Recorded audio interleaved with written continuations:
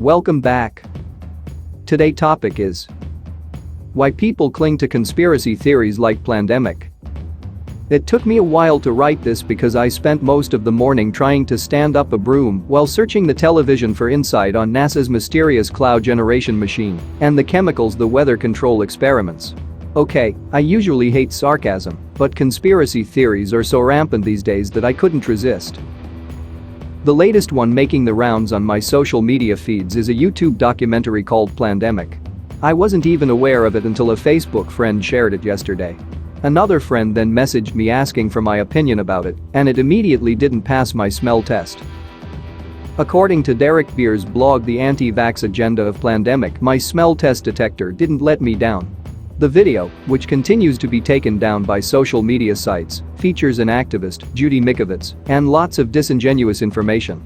Beers writes, this agenda-based film features contradictory evidence and false claims while being championed as a beacon of truth. At least it is a non-partisan pile of misinformation, as both conservative and liberal friends seem to be sharing it.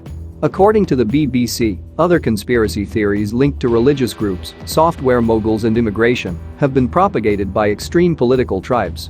Honestly, I will leave it to folks like Beers and the numerous other outlets to debunk video.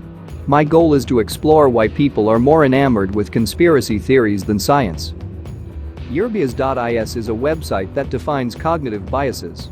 It discusses something called belief bias. If a conclusion supports your existing beliefs, you'll rationalize anything that supports it. My hypothesis is that science, personal circumstances and the economic distress of the coronavirus pandemic are so overwhelming that people seek alternative realities as some type of rationalization or soothing balm. Some even may grasp them because it is more understandable than the graphic exponential talk, and so forth. However, actual science says there is more to the story. A 2015 study presented at the proceedings of the 24th International Conference on World Wide Web discussed a new way of predicting viral misinformation spread on social media. The study reveals that spreading rate, probability to verify a hoax, gullibility, and a person's belief system are key factors. However, forgetting probability and gullibility were the primary reasons stuff like Plandemic can take root and thrive. A 2019 study in the Journal of Personality surveyed over 1,600 people and found that belief in fake news is mostly driven by the inability to reject weak claims. The study authors referred to that tendency as reflexive open-mindedness. While the aforementioned studies are published in the scholarly literature, my experiences as a meteorology professor, atmospheric scientist, and former NASA scientist have revealed some more common-sense reasons. I hear all types of wacky theories and narratives about climate change or why people don't evacuate from a hurricane. My 25+ years of doing science, testifying before Congress, and monitoring social media have also revealed the following factors in why people migrate to conspiracy theories. Number 1. Lack of or failure to apply critical thinking skills. Number 2. Dunning-Kruger effect, overestimate of one's knowledge of particular topics. Number 3. Healthy skepticism because of previous events. Number 4.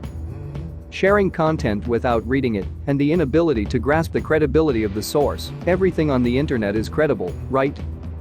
I am always amused at how many of the odd conspiracy theories or viral claims seem to be linked to NASA.